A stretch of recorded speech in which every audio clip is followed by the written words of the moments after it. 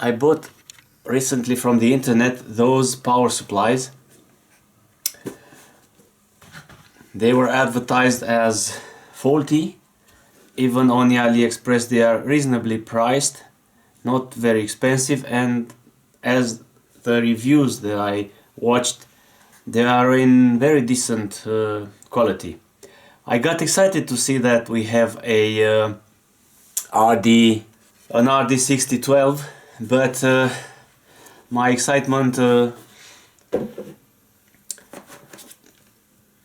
was short-lived, because actually I have an 6006, so it can produce maximum 60 volts and 6 amperes, which after all is not that bad. It even came in the original case, well, almost original, yeah. And they were advertised as fault, but I really don't know how you can break these things, because if you look at the website, they say that they are absolutely unbreakable. They have protection on every little single aspect, as input over voltage, output short circuit, output reverse polarity protection, everything you can imagine, and yet they are still burnt. I didn't power them up to see what's what, but let's take a look first at the circuit.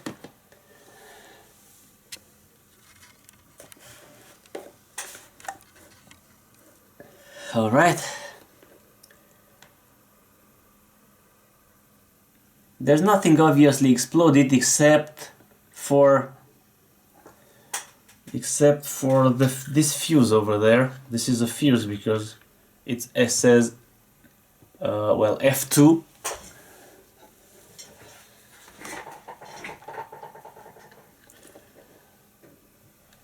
I think it was... there's a wire soldered over here. There's a short soldered over here.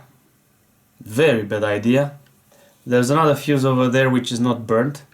F1. This heatsink is a little bit skewed. I don't know if it's good or bad, but otherwise I don't see anything bad here. We will power it up and see later how it works, but after all it doesn't look bad. This one is 5005, which means 50 volts 5 amperes. Yep. And in order to use those devices you need to have a bigger external power supply. They advise you to use a switch mode power supply to power these things up, a suitable one, for example a more than 50 volts, more than 5 amperes switch mode power supply to power this one, and obviously around 65 6 amperes to power this one. Okay, let's take a first look. This is silica gel. Let's take a look first at this thing, and then we will take it one by one and analyze it. So this one has a micro USB here port. This can be controlled by the computer software, which is nice. I guess this cannot be controlled by computer software. A rubber button, rubber, yeah, they look nice. The binding posts,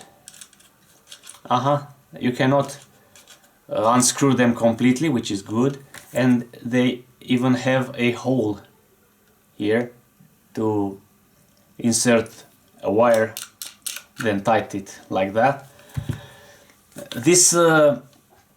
This piece here, this terminal is not ground as you might think, but is a battery charging port.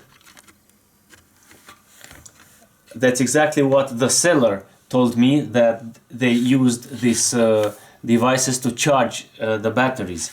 So this is a battery charging port. It has some functionalities more than the normal output port. Yep. On the other side, this nice, this is Wi-Fi enabled, so you can even control the parameters from your phone, which is nice. Yeah, otherwise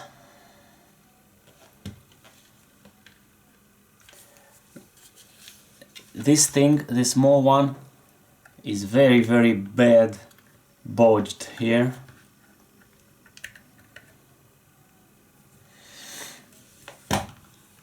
This one, this is the input side, so this is where you connect the external switch mode power supply.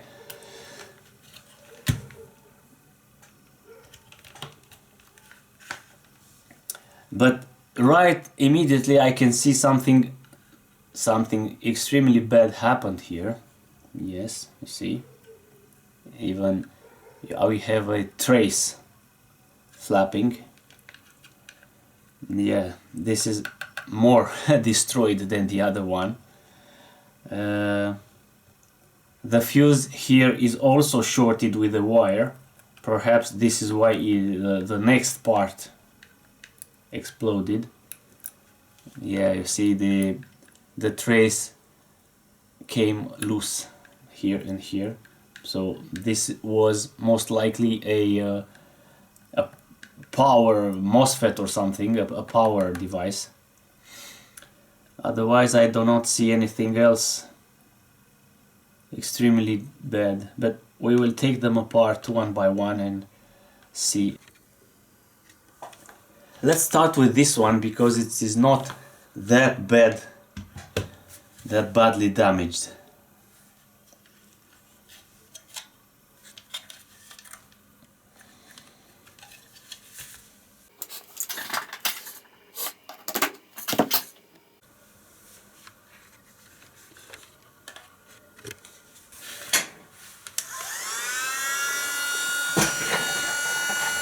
This is some hot glue and I want to heat it up and it will melt and I will be able to unplug this connector. You can see that it's been heated seriously, and I have a theory about what happened here. I guess they drew a lot of current from these devices. I guess they used them to charge big batteries or very dead batteries, and they connected it in reverse and they burned the fuse and they short-circuited the fuse and then mistakenly connected it back in reverse lately, and of course the fuse held but other components failed.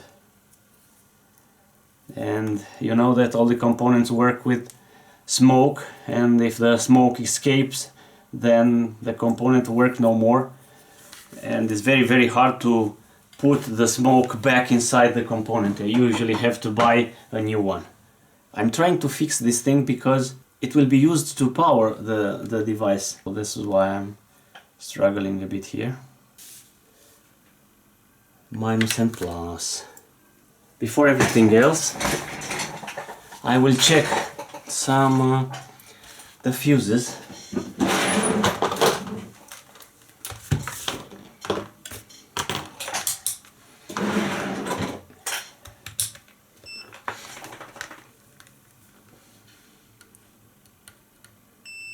Good.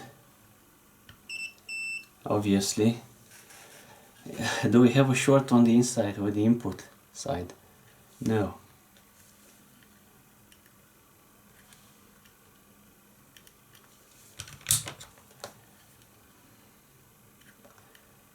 Well, no, we don't have an obvious short on the input, so I can connect the input.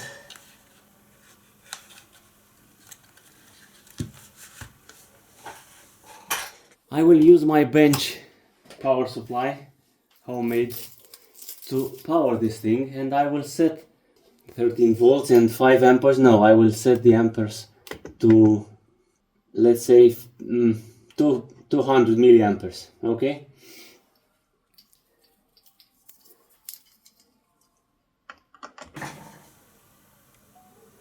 and power the,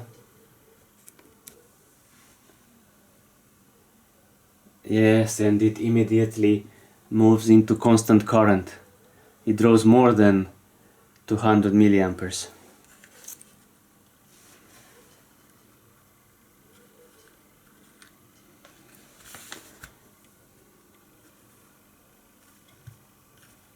I wonder if something is getting hot.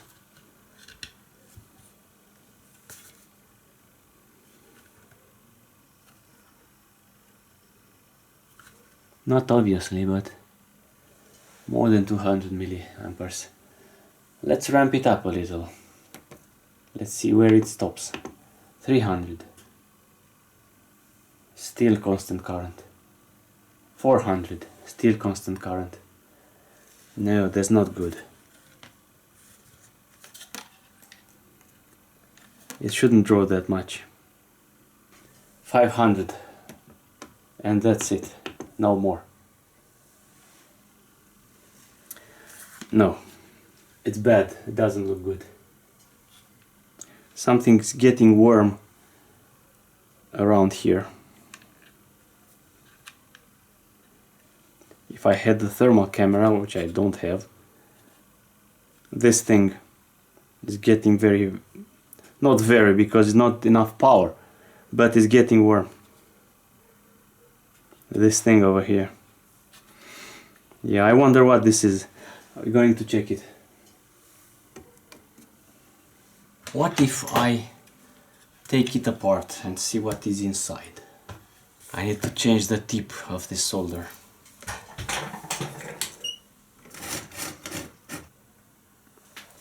I will set the temperature to 450 degrees.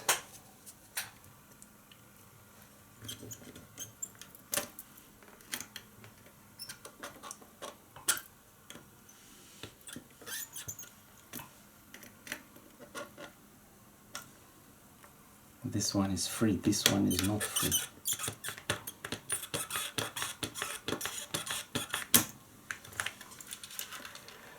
I even touched the side here, yeah, damn it.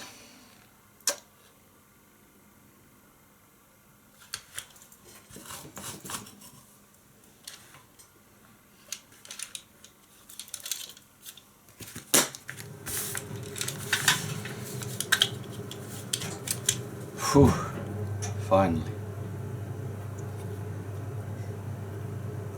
Nothing interesting on this side.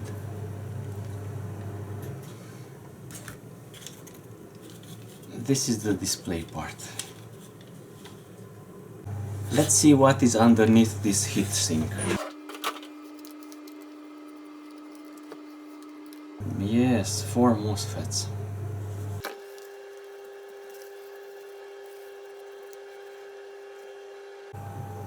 Now that I've separated the boards over here, and I wish I knew then what I knew now, I could have simply melted the solder on those soldering points here and just extract the binding posts like that, you know, without having to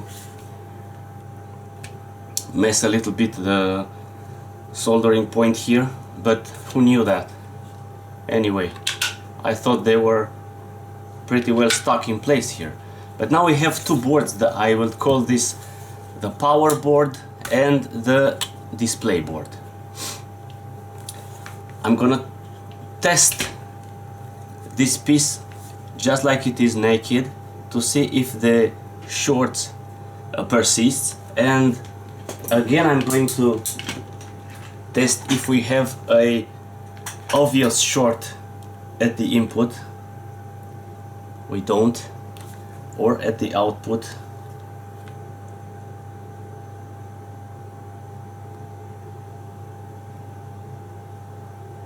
Few kilo ohms.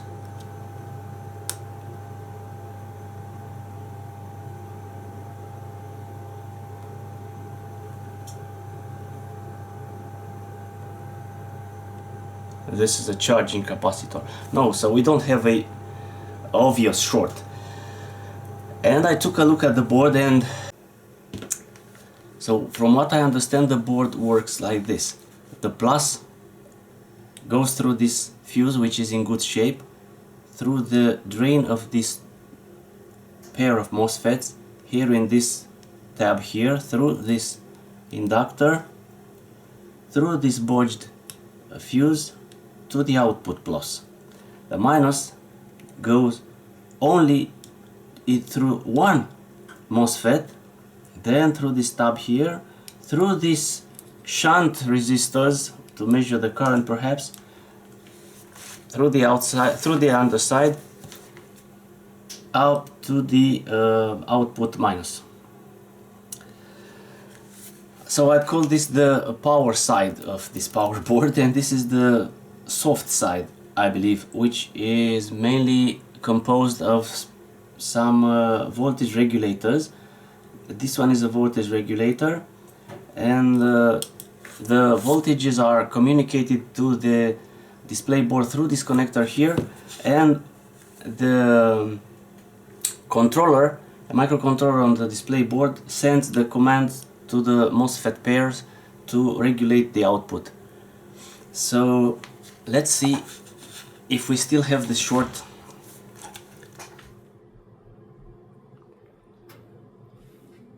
I'm going to throttle it down to 200 milliamperes. It's enough, 200. And plug in the BAM. Yes, we are still short. Okie dokie. I'm going to try to power the display board because it has a nice connector here, a ground and VCC. When VCC, I can see that is connected over there where it is written 5 volts. Let's power it with 5 volts and see what happens. How about that?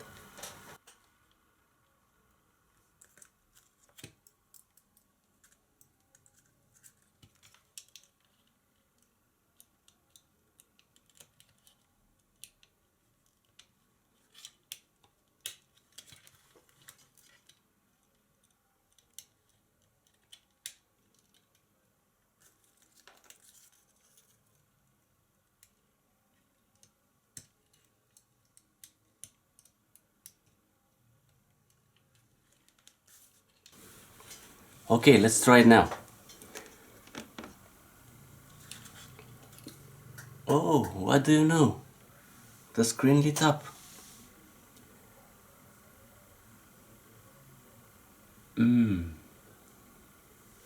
Let's increase a little bit the current. 200.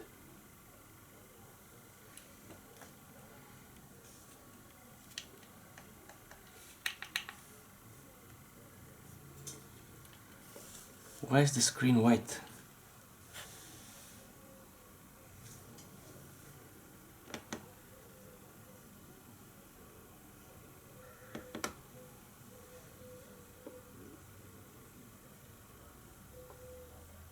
Could this mean the microcontroller is dead?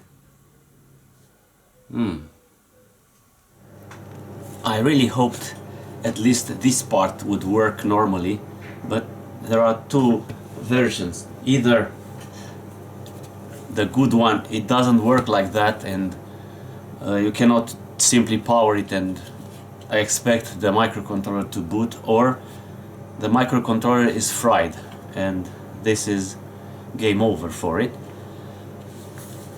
But this one, maybe this one needs to supply some voltages to the other one in order for it to work normally. So I guess I'm going to start to probe around here, and first of all I'm looking at these MOSFETs here, and I'm going to pull the data sheets out of them, and you can see that looking at the data sheet, well, this is gate, this is source, and this is drain. I know it is tricky to measure a MOSFET, but we are looking for the obvious. Some short circuits between pins, and as the data sheet said, there is a diode between source and drain, so I'm setting the multimeter to the diode and check this one. Source positive, drain negative. 0.8 0.28 volts. 0.47. There's more like it. 0.47. There's more like it. 0.49.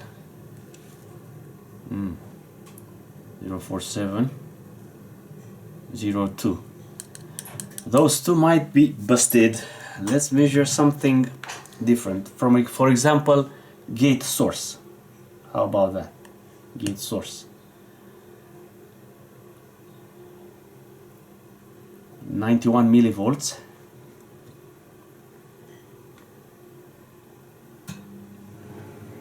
600.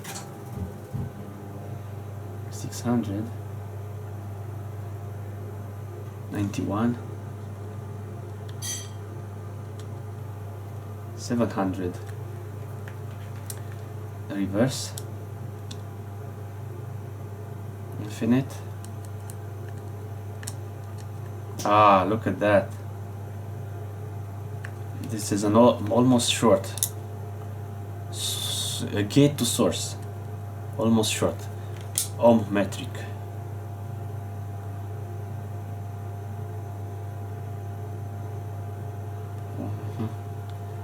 170 ohms. Yep, ohm metric, the other ones.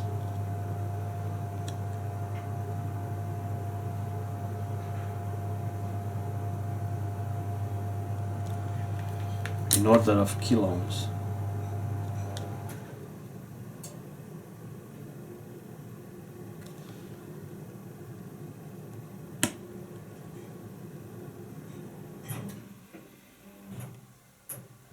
Megohms. Yes, that's close to infinity, you see.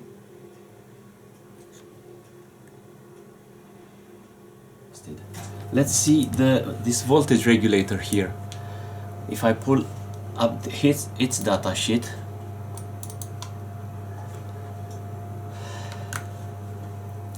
it's a DC to DC converter, and the case is ground, ohm metrically speaking. Let's see if we have a short between voltage in and ground. Not really.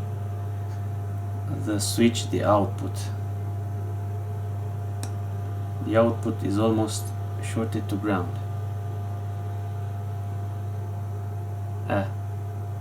2 ohms. The third is ground. Okay, the third is ground, obviously. The fourth is feedback.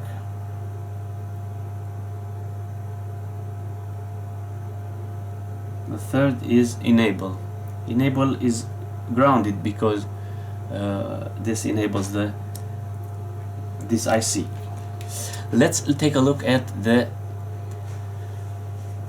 typical application circuit. So why is the pin 2, which is the output, shorted to ground? It's a Schottky diode over there, and some resistors. So far I have almost certain 2 MOSFETs fried, and could be this Schottky diode or this regulator fried. I'm gonna start by removing those 2 MOSFETs here. I don't have a hot air reflow station because I didn't want to get too involved in this kind of repairs, but obviously now I should get one.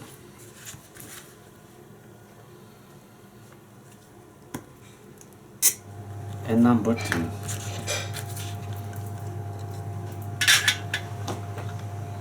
Yes, I hope I didn't damage anything in the process. And let's see what we have here on the board.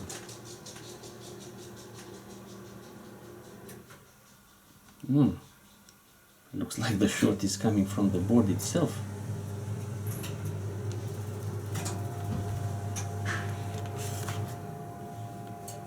Look.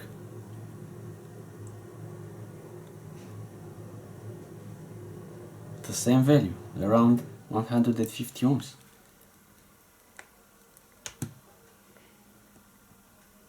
The MOSFET is good.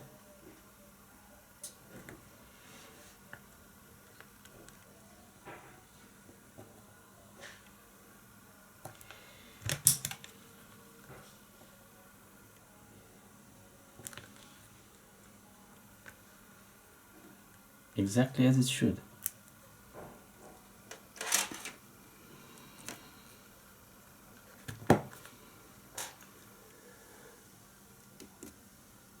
No, there is still a short. There is still a short.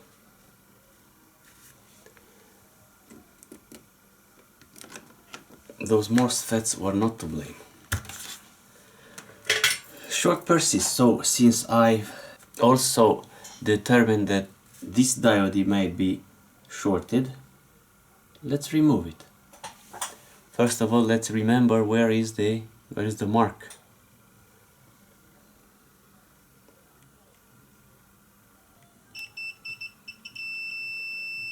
Yes, obvious short.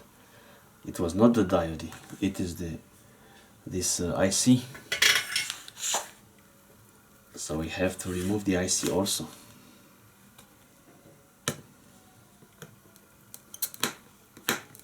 And this is going to be tricky.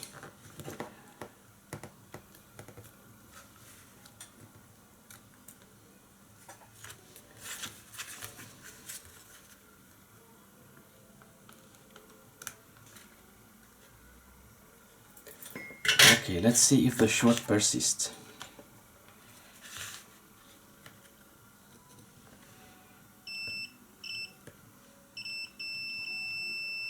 Damn it. What the hell? It's even shorter now.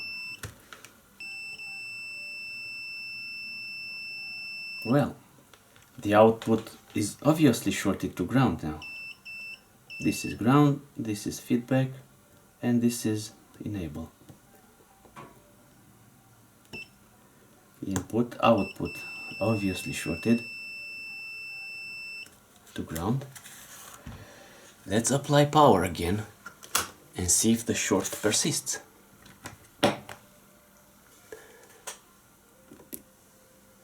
Look at that. The short is gone and we are having 0 amperes, 0 watts drawn. The diode is good. I'm going to solder it back.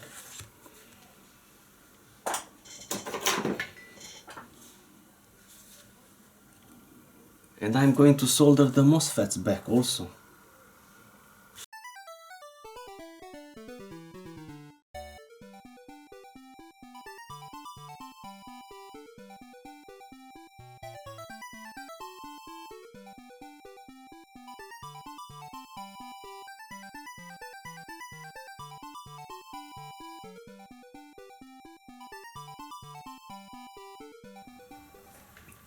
So the short on the input disappeared, but the short on the output still remains a dead short, even though the regulator itself has a dead short inside. Look, 0 on the output. So the hunt continues, and the traces lead to the other chip, this one here, because this diode is still short and the other one is still almost short.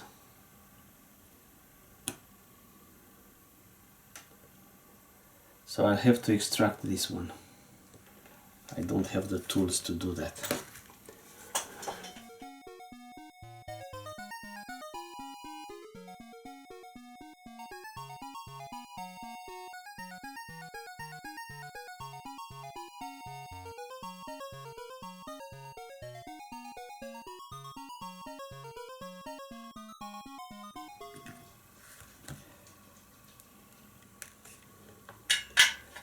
Well, I took it out, but I don't know how I'm going to replace it. Okay, let's measure now. Let's see if the short has magically disappeared.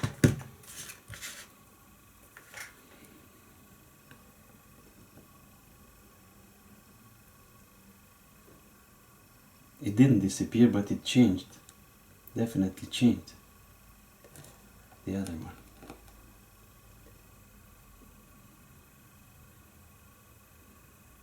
Yeah.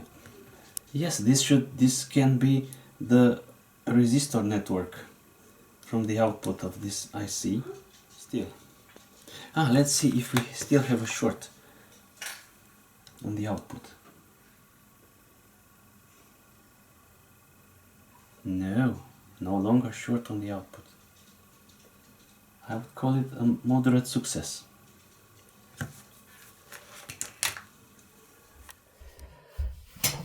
The ICs that I removed came into the post 2 days later, and they came in the form of some modules, because I find them at a similar price at a local shop and they arrive more rapidly. So this is a buck converter, so it's a step down converter, and this is a boost converter. I'm going to test them to see how they work and how they measure, then remove the ICs and put them in the right circuit.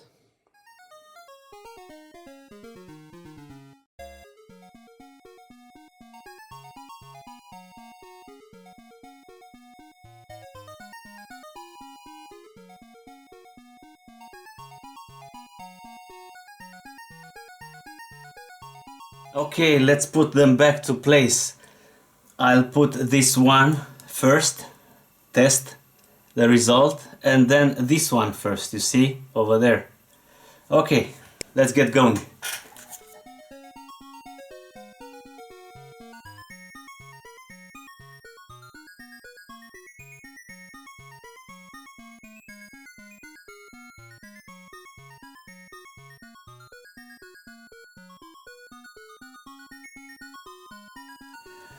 Alright, one final check under the magnifier.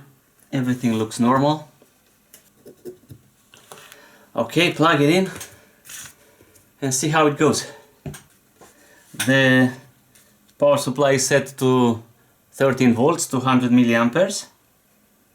And what should we measure?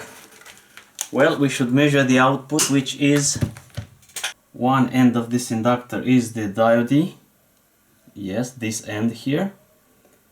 And the other end here is the actual output. And it has a capacitor in parallel, which it has. Power on, 13 volts, no constant current, zero current draw. Ground, output. Bingo! 5 volts! That's awesome! Look at that! Look at that! Isn't that beautiful? Let's go ahead and put the other chip there. Yes, the other chip will be very difficult to place. Yeah, just look how tiny it is. See? Woo! How am I going to do that? Let's apply some flux first. You can see there is a dot on one side and 2 dots on the other side. Then 1 dot, this is pin number 1. This 1 dot there. It's a bit skewed and I'm not sure that all the pads have been properly soldered. But we have no other choice than to give it a test. Now let's join the boards together and see what we have done.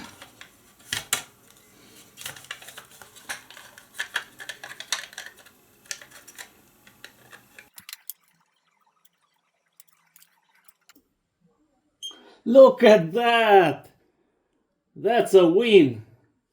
Oh, wonderful. And this stuff here supports my theory. Look at that. Look at that.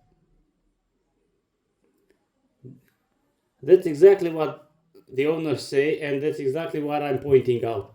They simply run this thing to absolutely maximum, so the device is designed to outstand 5 amperes, and they already set it to 5.1. Really, man, really? And I bet they used it like that for a whole lot of time, and they burned the fuses and they weld the fuses shut and everything else, you know?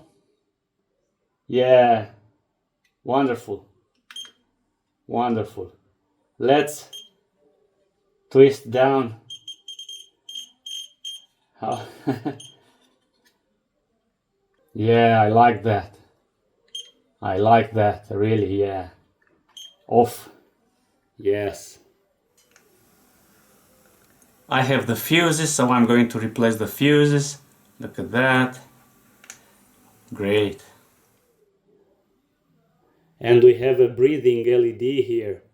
Yes, a breathing light. Look at that. Isn't this wonderful? And bam. Whoa, power. Yeah, I like that.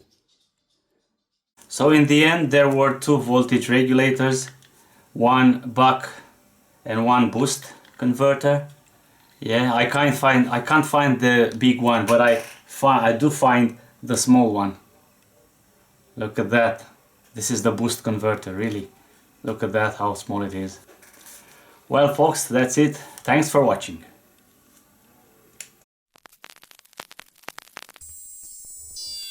Houston, the Eagle has landed. Roger, Tranquility. We copy you on the ground.